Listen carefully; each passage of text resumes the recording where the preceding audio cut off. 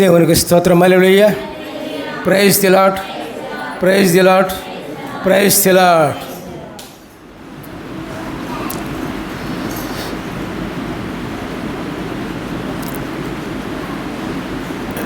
దేవుడు మన యందు ఏ విధంగా ప్రేమ కలిగి జీవించారో అదేవిధంగా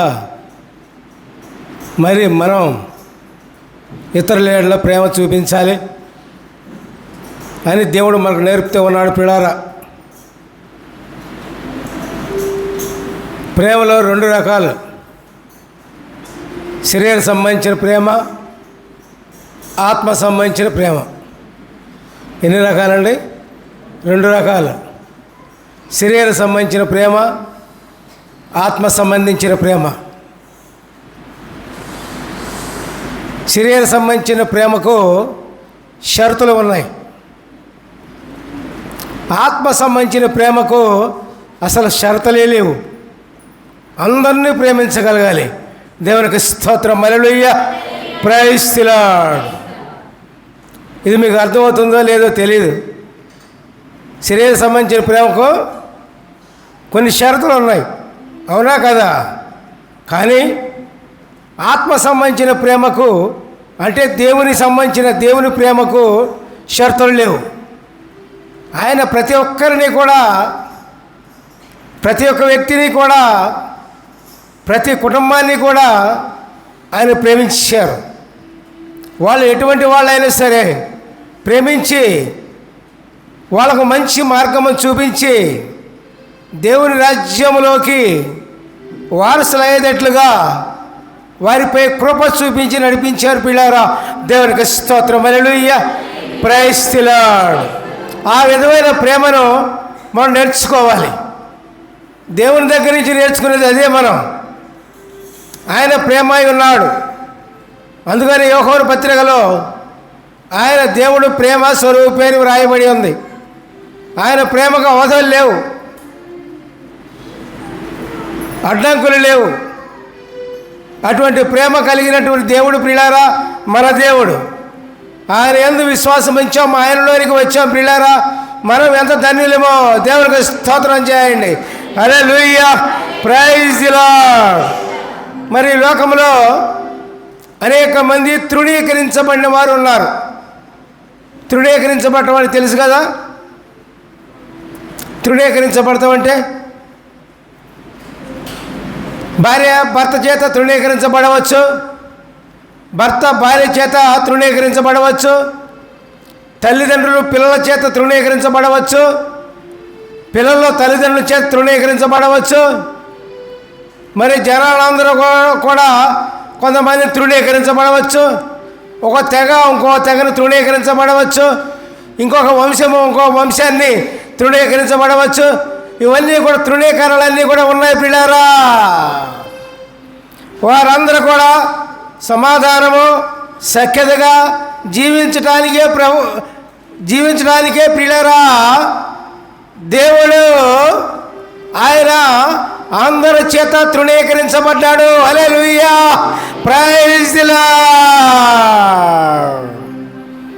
ఆయన యందు విశ్వాసం ఉంచే ప్రతి ఒక్కరు కూడా ఎవరైతే తృణీకరించబడుతున్నారో ఈ లోకంలో, ఎవరైతే చేతరించబడుతున్నారో ఈ లోకంలో,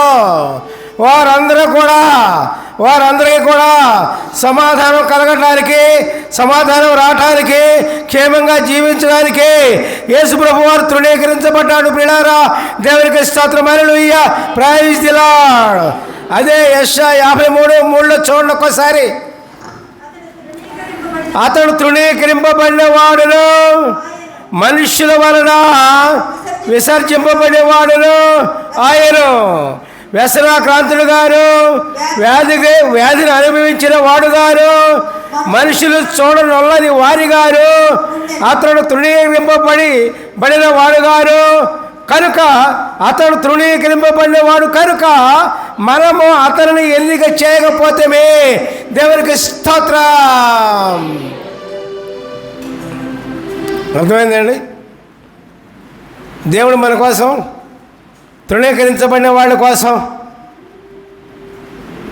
విసర్జింపబడిన వాళ్ళ కోసం, అందరి కోసం కూడా పిల్లారా మంచి జీవితం కావాలని వీరికి బదులుగా ఆయన తృణీకరించబడ్డాడు. ఎప్పుడైతే మనము ఆయన యందు విశ్వాసం ఉంచుతామో, ఆయన్ను ప్రేమిస్తామో, అప్పుడు మనము ఎవరి చేతనైనా తృణీకరించబడినా, ఎందుచేతనైనా తృణీకరించబడినా మనము సమాధానం రావడానికి అవకాశం ఉంటుంది పిల్లారా. దేవునికి స్తోత్రం. నా దైవమా మహాదైవమా, నా ఎడల చూపిన ప్రేమనంతం, నా ఎడల చేసిన క్రియలు అనేకం. నా దైవమా నా కోసము తృణీకరింపబడి ఉన్నావు, నా కోసము విసర్జింపబడి ఉన్నావు, నా కోసము తృణీకరింపబడి ఉన్నావు, నా కోసము విసర్జింపబడి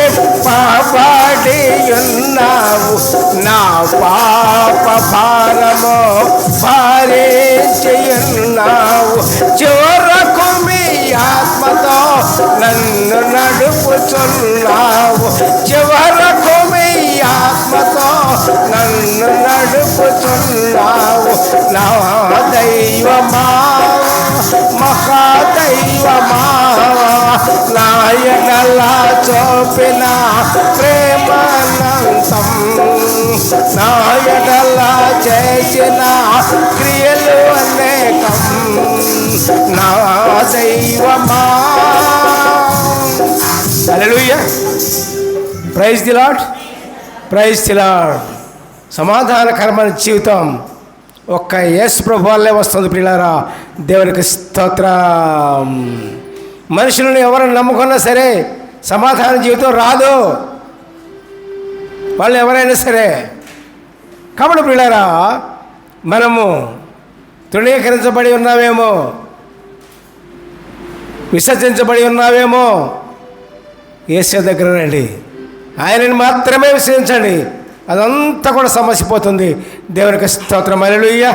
ప్రైజ్ ది లార్డ్. తర్వాత అనేక మందికి రోగాలు వస్తుంటాయి ప్రపంచంలో, అనేకమైన బాధలు పడుతూ ఉంటారు. ఎన్ని మందులు తీసుకున్నా అవి తగ్గే ప్రశ్నే లేదు. అందుకనే కదా 12 సంవత్సరముల నుండి బాధపడుతున్న రక్తస్రావ రోగి ఎన్నో మందులు వాడింది.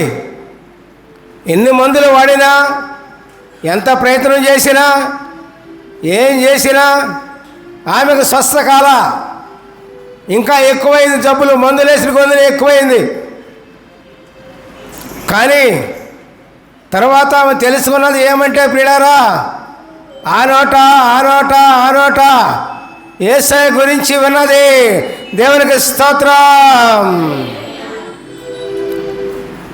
యేసయ్య చనిపోయిన మనుషులను లేపుతూ ఉన్నారు, అనేకమైన రోగ పీడితులు స్వస్థ ఇస్తూ ఉన్నారు, అనేక రోగాలు బాగు చేస్తూ ఉన్నాడు అని యేసయ్య గురించి విన్నది ప్రియులారా.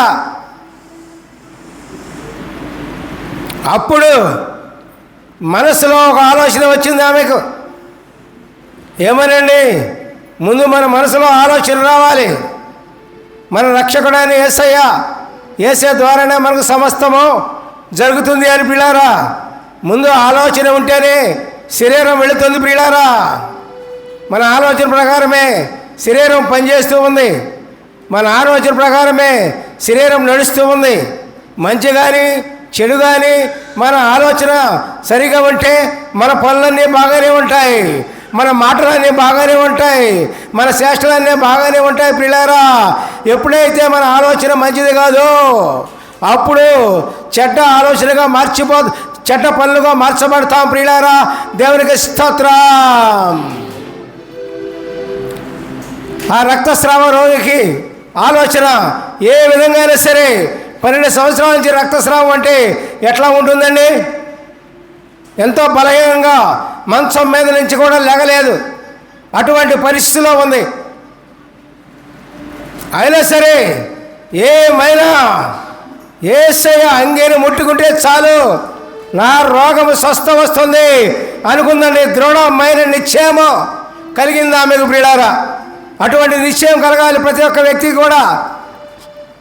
ఏదైనా బాధలో ఉన్నప్పుడు, వ్యాధిలో ఉన్నప్పుడు, కష్టాల్లో ఉన్నప్పుడు ప్రియులారా, రోగము దీర్ఘకాల రోగం పీడించబడుతున్నప్పుడు ప్రియులారా, అటువంటి విశ్వాసం మనకు కలగాలి. అప్పుడు ఈమె ఎట్లా వెళ్ళింది? నడిచి వెళ్ళటానికా ఓపిక లేదు, నిలబడలేదు, ఏదీ లేదు. యేసయ్య ఎక్కడ ఉంటే అనేక మంది, లక్షల మంది జనం ఉంటారు అక్కడ. అందుకని ఆమె ఏదో ఒక విధంగా వెళ్ళి ఆ వెళ్ళటం చూపించలేదు, కానీ మరి ఎట్లా వెళ్ళిందో చూపించలేదు, కానీ చెప్పలేదు. కానీ బైబిల్లో ఆమె పాకుతూ పాకుతూ పాకుతూ పాకుతూ పాకుతూ జనాల మధ్య నుంచి వెళ్ళిపోయిందండి దేవుని దగ్గరికి. దేవునికి స్తోత్రం. హల్లెలూయా, ప్రైజ్ ది లార్డ్. వెళ్ళి ఆయన అంగీని ముట్టుకుందండి.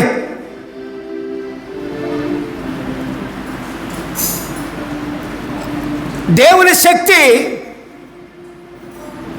వెంటనే ఆమెలోకి వచ్చింది. ఆ విశ్వాసం అంత గొప్పది ప్రియులారా. అట్లాగే ప్రియులారా,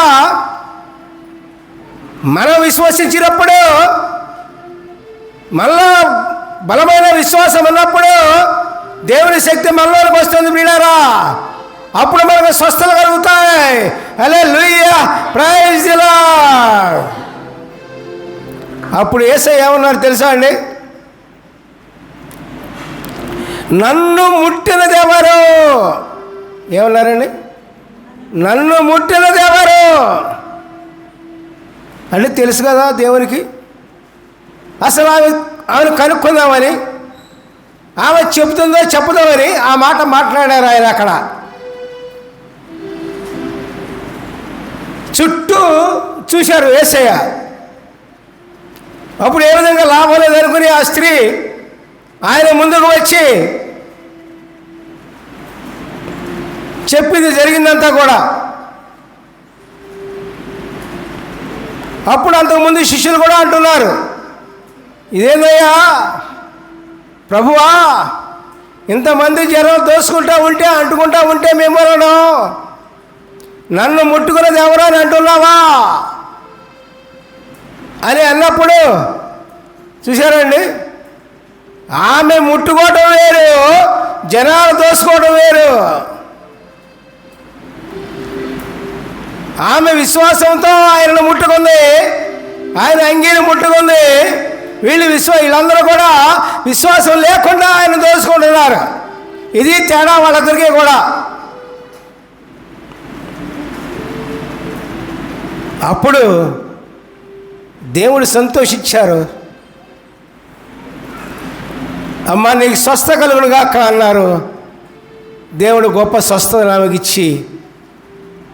ఇచ్చారు పిల్లారా.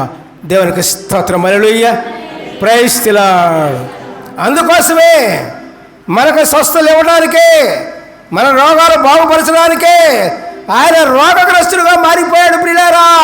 దేవునికి స్తోత్రం. అదే యెషయా 53:4 నిశ్చయముగా అతడు మన రోగములను భరించాను. మనకు స్వస్థలు ఎట్లా వస్తున్నాయి అనుకున్నారు? ఎట్లా వస్తున్నాయండి?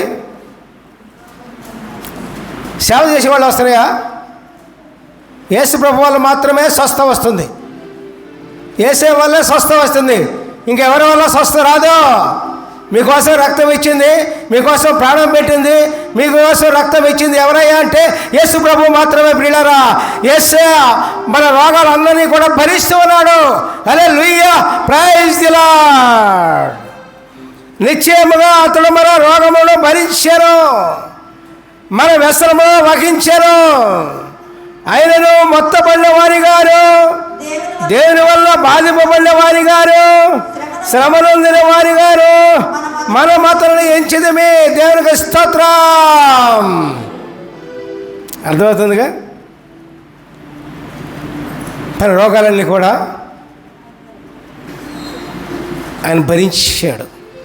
కేవలం ఆయన వల్లే రోగాలు స్వస్థ వస్తుంది, మనుషుల వల్ల కాదు. ప్రియులారా, దేవునికి స్తోత్రం చేయండి. హల్లెలూయా, praise the Lord, praise the Lord. నా వ్యాధులన్నీ నీవు పారేయన్నావు, నా శోధనలు నీవు వాగేయన్నావు. నా వ్యాధులన్నీ నీవు పారేయన్నావు, నా శోధనలు నీవు వాగేయన్నావు. నా దారిద్ర్యము నీవు అనుభవించన్నావు. చివరకు మీ ఆత్మతో నన్ను నడుపుచున్నావు.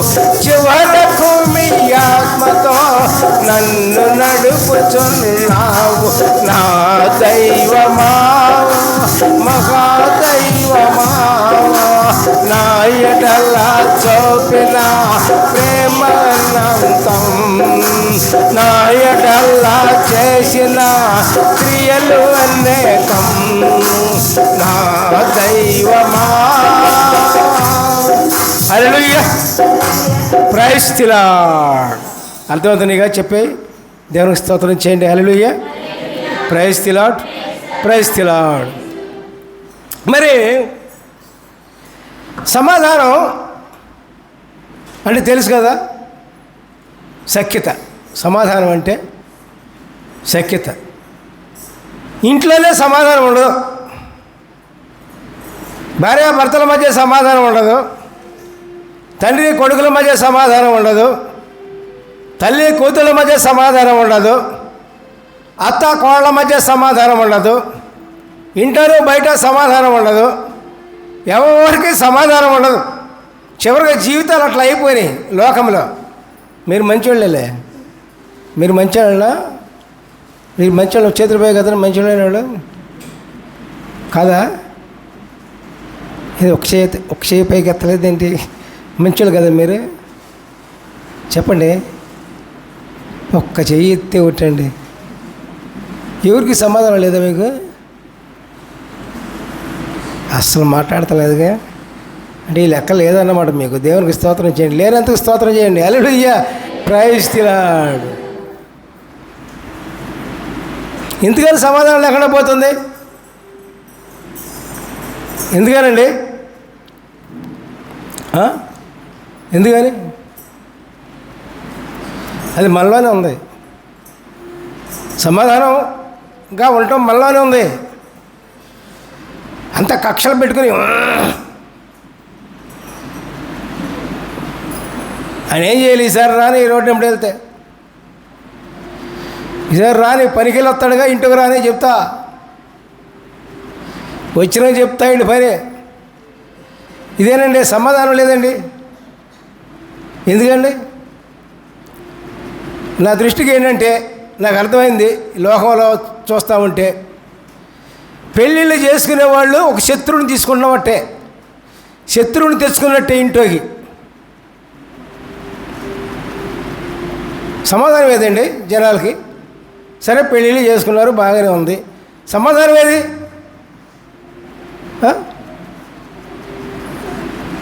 ఆడవాళ్ళు ఉన్నారు, మగవాళ్ళు ఉన్నారు, బాగానే ఉంది. ఒక భర్త ఉన్నాడు, భార్య ఉండి. ఈ రెండు ఒక సంఘటన చెప్తాను. భార్యాభర్తలు ఉన్నారనుకోండి, భర్త తాగుబోతు అనుకోండి, కాసేపు మీ అందరూ మంచివాళ్ళే, ఇటు పక్కోళ్ళు. తాగిపోతే అయినప్పుడు తాగి వస్తాడు, రోజు వస్తాడు, తాగే వస్తాడు, ఊరకనే కాదు, ఏదో కష్టపడి పనిచేసి తాగి వస్తాడు లోపలికి. ఇంటి దగ్గర భార్య ఏం చేస్తుంది? ఆమె అన్నం పెట్టదు. అన్నం పెట్టపోగా తిట్టుద్ది. ఏరా నీకు ఎప్పుడు ఇదే పనేరా, మేమైపోతున్నాం, పిల్లలు ఏమైపోతున్నాం, మేము తిండి తింటున్నామా,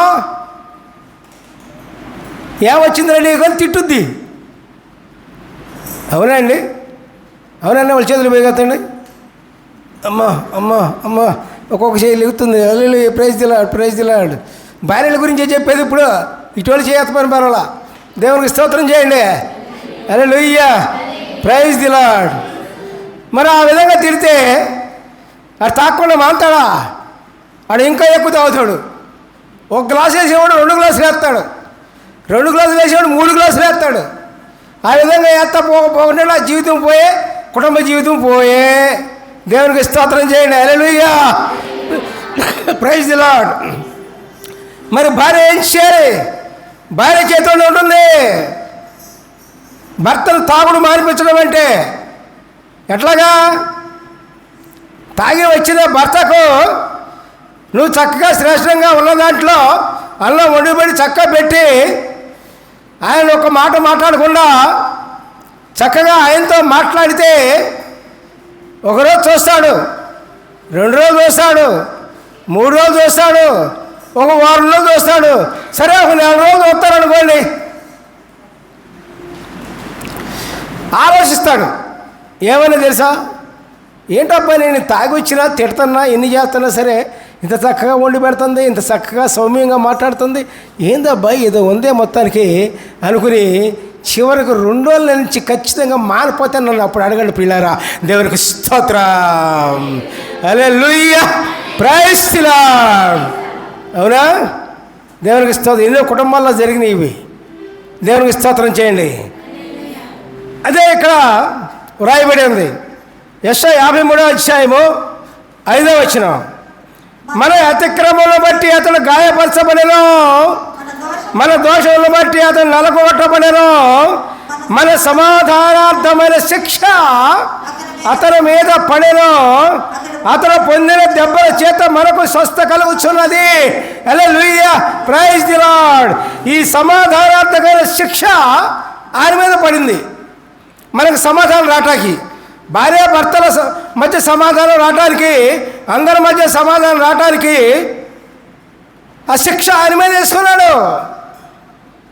మన సమాధానార్థమైన శిక్ష ఆయన మీద పడెను. హల్లెలూయా, ప్రైజ్ ది లార్డ్. అర్థమైందా? అర్థమైన చేతులు పైకి ఎత్తండి. ఇక్కడి నుంచి ఆవేదన చేస్తారా? మిమ్మల్నే ఈ చేయలేకట్లా, వీళ్ళు మంచివాళ్ళే, మిమ్మల్ని అనేది. దేవునికి స్తోత్రం చేయండి. మీరు 2 చేతులు ఎత్తండి. దేవునికి స్తోత్రం. హల్లెలూయా, ప్రైజ్ ది లార్డ్.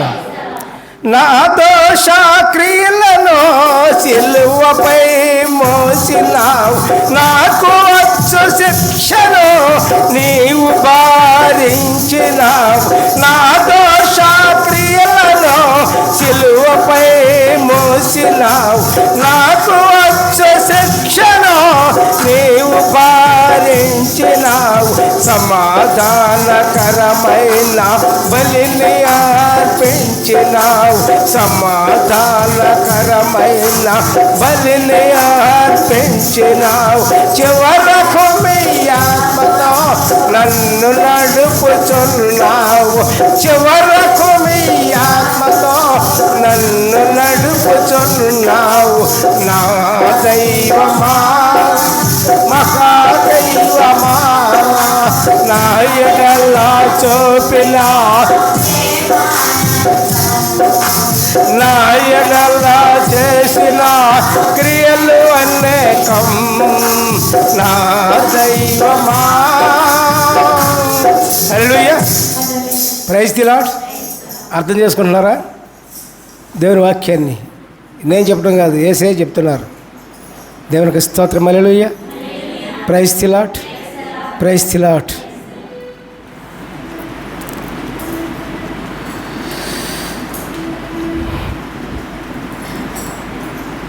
తర్వాత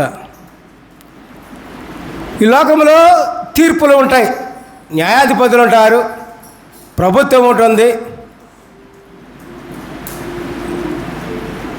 అందరూ ఉంటారు. ఉండరా అండి? న్యాయాధిపతులు ఉండరా? న్యాయం చెప్పేవాళ్ళు కోర్టులు గీట్లు ఇట్లాంటివి ఉండేగా. మరి సరే, తప్పు చేసిన వాళ్ళని జైల్లో పెడుతున్నారు, వాళ్ళని ఏదో చేస్తున్నారు, అది వేరే విషయం, పక్కన పెట్టేసేయండి. అవునా అండి? అవునా కదా? మరి అన్యాయంగా తీర్పు పొందుతున్నారు చాలామంది. అన్యాయంగా వాళ్ళు చెప్పిన మాటలు బట్టి కానీ, వీళ్ళు చెప్పిన మాటలు బట్టి కానీ, ఇంకా ఏయో మాటలు బట్టి కానీ అన్యాయంగా తీర్పు పొందిన వాళ్ళు చాలామంది ఉన్నారు ఈ లోకంలో, ప్రపంచంలో. ప్రియులారా, అన్యాయంగా తీర్పు పొందిన వాళ్ళు జైల్లో వేయబడుతున్నారు, శిక్ష అనుభవిస్తున్నారు. లేదా అండి? అవునా కదా? అవునా కదా? ఎందుకని? అన్యాయంగా తీర్పు రాకూడదు ఎవరికి కూడా. అన్యాయంగా తీర్పు పొంది, అన్యాయంగా జైల్లో వేయబడి తీర్పు పొందిన తర్వాత మరి ఎంతో బాధలు, వ్యాధులు, కష్టాలు, నష్టాలు అనుభవిస్తామన్నారు. ఎందుకని? ఎందుకు వచ్చింది? మరి ఎందువల్ల? ఆ అన్యాయం నుంచి బయటపడలేడు. ఎంతకాలమైనా బయటపడలేడు, ఎన్ని రోజులకైనా బయటపడలేడు, ఎన్ని నెలలకైనా బయటపడలేడు. మరి అన్యాయం నుంచి బయటపోయేదట పిల్లరా, దేవునికి స్తోత్రం. అన్యాయంగా నీవు తీర్పు తీర్చబడ్డావంటే దానికి విమోచనట్లా దొరికేది. అందుకోసమే అన్యాయముగా తీర్పు పొందిన వారి కోసమే దేవుడు అన్యాయమైన తీర్పు పొందాడండి. హల్లెలూయా, ప్రైజ్ ది లార్డ్. అర్థమైందా? అన్యాయమైన తీర్పు పొందాడుగా యేసయ్య. ఏ తప్పు చేయలా, ఏ దోషం చేయలా, ఏ అక్రమం చేయలా, ఏ తప్పు లేదు. నాలో పాపమందని స్థాపించువాడెవడో అన్నాడు యేసయ్య. మరి అటువంటి వాడు ఎక్కడ ఉన్నాడండి? నాలో పాపమందని స్థాపించేవాడెవడో అని ఛాలెంజ్ చేసిన వాడు ఎవడో ఉన్నాడా ప్రపంచంలో? ఉన్నాడండి? ఉన్నాడా? అటువంటి వాడు అన్యాయంగా తీర్పు పొందారు. ఏయో నిందలు వేసి ఆయన మీద తీర్పు పొంది జైలు పాలు చేసి శిలువ మరణం పొందించారు, సమాధి చేయబడ్డాడు. పిల్లారా, మరి ఎందుకని? ఎందువల్ల?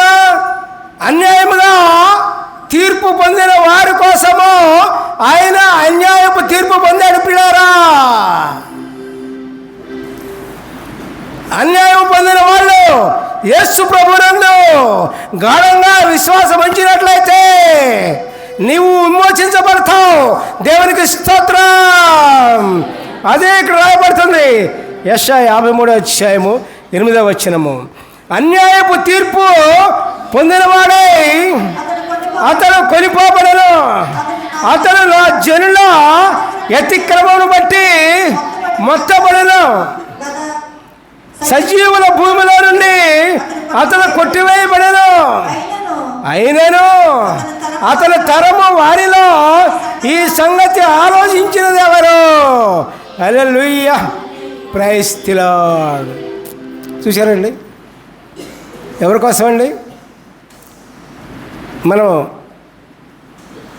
అన్యాయంగా మంచిగా జీవిస్తున్నా సరే, మనం అన్యాయమైన అన్యాయంగా తీర్పు పొందితే పిల్లారా, యేసుప్రభు దగ్గర వచ్చేయండి. తీర్పు పొందుతున్నా సరే దేవుని దగ్గర, ఆయన దగ్గర ఆయన ఎందు విశ్వాసం ఉంచండి. అప్పుడు ఆయన మీకోసమే, అన్యాయముగా తీర్పు పొందిన వారి కోసమే ఆయన అన్యాయపు తీర్పు పొందాడు. పిల్లారా, మనల్ని విమోచించడానికి. పిల్లారా, దేవునికి స్తోత్రం. హల్లెలూయా, praise the Lord, praise the Lord, praise the Lord. కాబట్టి పిల్లారా, మనం ఇప్పుడు 4 పాయింట్లు చెప్పుకున్నాం. ఏంటది? తృణీకరించబడిన వారి కోసం యేసయ్య తృణీకరించబడ్డాడు. రెండవది, మన రోగ పీడితుల కోసం ఆయన మన రోగములను భరించాడు. రెండవది. మూడవది, అందరికీ కూడా సమాధానకరమైన జీవితం రావటానికి ఆయన సమాధానార్థమైన శిక్షను ఆయన అనుభవించాడు. నాలుగవది, అన్యాయంగా తీర్పు పొందిన వారి కోసము ఆయన అన్యాయపు తీర్పు పొందాడండి. దేవునికి స్తోత్రం, హల్లెలూయా, ప్రైజ్ ది లార్డ్. కాబట్టి పిల్లారా, మీరు ఏ విధంగా ఉన్నారో, ఎట్టి విధంగా ఉన్నారో మరి దేవుని దగ్గర రండి.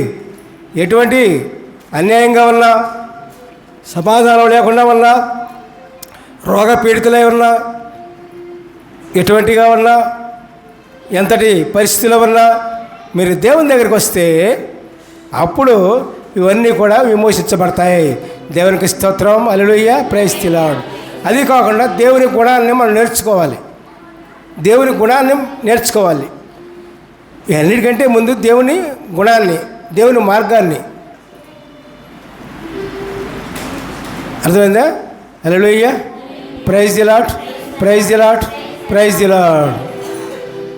యేసే మార్గమో, యేసే సత్యమో, యేసే జీవమో, యేసే సర్వమో. హల్లెలూయా, ప్రైజ్ ది లార్డ్. ప్రార్థించుకుందాం. ప్రభా, మీ పాదాల కొందరంలో స్తోత్రములు. పరిశుద్ధుడా మీ కొందరంలో, పరిశుద్ధుడా మీకు స్తోత్రం ప్రభా. పరమోజుడా మీ కొందరంలో, పరమోజుడా మీకు స్తోత్రం ప్రభా. అయ్యా తండ్రి, కొడుకుని పెట్టిన బిడ్డలందరినీ మీ పాదాలను పెట్టాను ప్రభా. మిమ్మల్ని ప్రభా అయా గాఢంగా మిమ్మల్ని ప్రేమించే బిడ్డలుగా వీరికి ప్రభా మీ ఆత్మను దయచేయమని యొక్క ప్రార్థన యేసు ప్రభు దీవెనలను బ్రతలాడుకొని అడుగుచున్నాము తండ్రి. సమస్త మహిమ ఘనత ప్రభావాలు మీ యొక్క నామానికే చెందినగా. హల్లెలూయా, praise the Lord, praise the Lord, praise the lord.